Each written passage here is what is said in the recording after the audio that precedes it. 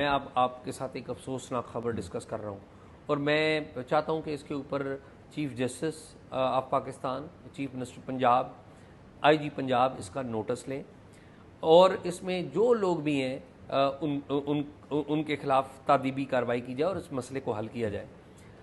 آپ کو پتہ ہے کہ ایک پوری کیمپین چل رہی ہے احمدی کمیونٹی کی جو عبادت گاہیں ہیں ان کے مینار وغیرہ پھینک رہے ہیں، توڑ رہے ہیں، ٹھیک ہے۔ اب وہ جن کے مینار توڑے جا رہے ہیں ان کے اوپر کیا گزر رہی ہے یہ ایک الگ کہانی ہے، لیکن یہ یہاں پر ان کا موقف جو توڑنے والے ہیں ان کا موقف یہ ہے کہ جی یہ شعائر اسلام کی خلاف ورزی ہو رہی ہے، ٹھیک ہے۔ ان کا موقف یہ ہے، گو کہ اس پہ ڈیبیٹ ہو سکتی ہے کہ کیسے خلاف ورزی ہو سکتی ہے، ایک تعمیر سے کیسے کسی مذہب کی توہین ہو سکتی ہے، نہیں ہو سکتی۔ خیر یہ توڑ رہے ہیں۔ چیمہ صاحب ایک پوری کیمپین چلی ہوئی ہے اور ایک اسلام کا بول بالا کیا جا رہا ہے ایک کمیونٹی کی توہین کر کے اور اس کو امبیرس کر کے۔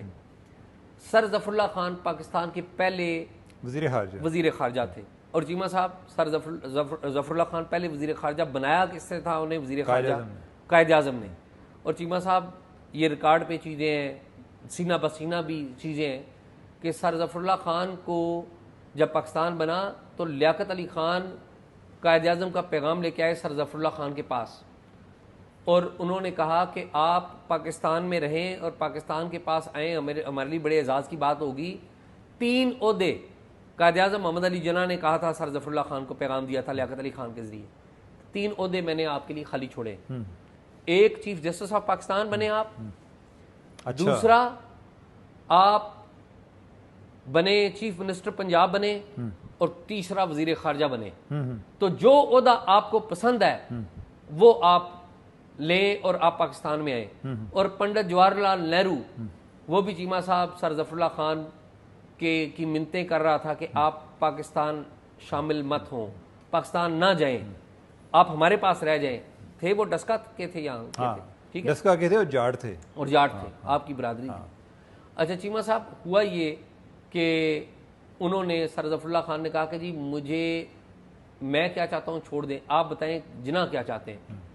تو لیاقت علی خان نے رپورٹڈلی ان کو کہا کہ جناح چاہتے ہیں کہ پاکستان ایک نوزائیدہ ملک ہے، آپ اس کے وزیر خارجہ بنیں اور دنیا میں بتائیں، کیونکہ آپ کا ایک سر ظفر اللہ خان کو کا ایک سٹیچر تھا، انٹرنیشنل کورٹ آف جسٹس میں بھی رہے، جی وہ پریزیڈنٹ رہے انٹرنیشنل کورٹ آف جسٹس کے۔ تو محمد علی جناح بانی پاکستان کے کہنے پہ وہ بندہ یہاں پر رہا، ڈسکا میں ان کا گھر ہے، وہاں پر انہوں نے کوئی اب اس وقت مسجد اور بعد میں نئے جو قانون کے مطابق عبادت گاہ انہوں نے تعمیر کی۔ اب چیمہ صاحب اعلان کر دیا ہے ایک کچھ لوگوں نے کہ اس مسجد کو یا اس عبادت گاہ کو، ایکچولی عبادت گاہ کہیں گے ہم، اس عبادت گاہ کے مینار توڑنے، اور جمعے کا دن دے دیا گیا کہ جی یہ توڑنے۔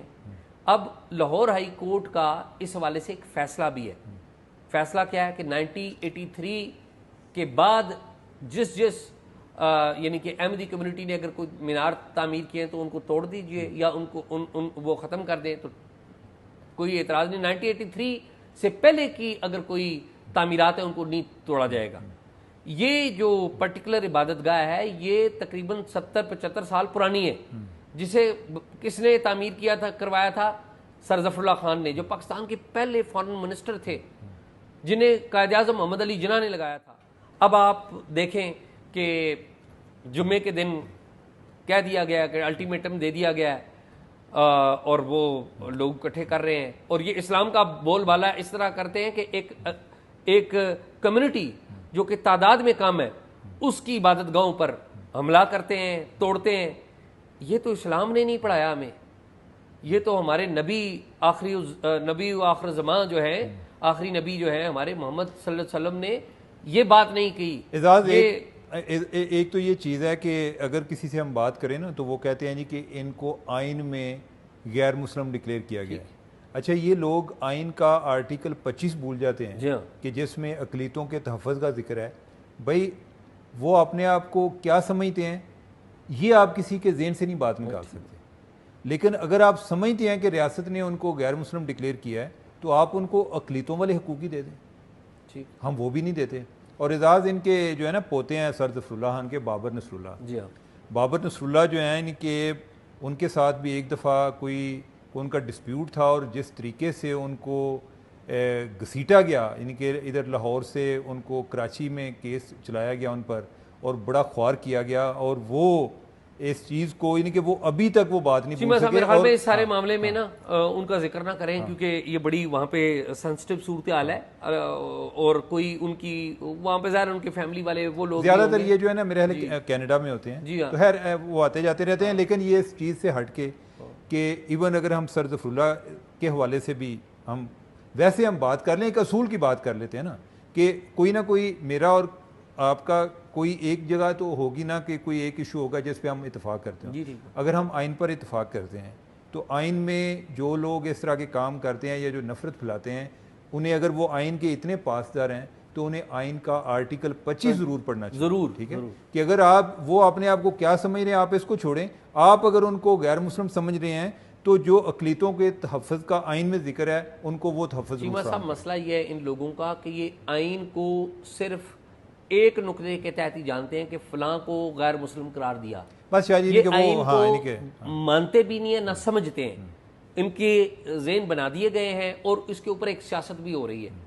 تو آئی وش کہ اس کے اوپر تمام لوگ نوٹس لیں، اور جو بھی متعلقہ لوگ ہیں وہ بھی اس بات کو انسانی بنیادوں پہ سوچیں. یہ وہ ان کو وہ 83 والا لا تو یاد ہوگا، لیکن یہ نہیں یاد ہوگا، یا اگر کوئی اس کی کوئی ہمت بھی نہیں کرے گا کہ یہ بتائے کہ اس سے پہلے والی عبادت گاہ کسی کی، وہ آپ اس کو نہیں مسمار کر سکتے. اینی وے تو بڑا افسوسناک بات ہے، بڑا افسوسناک ہے. آئی ہوپ کہ اس پہ جو سینٹی ہے وہ پریویل کرے گی اور درست سمت اختیار کی جائے گی ریاست پاکستان کی طرف سے.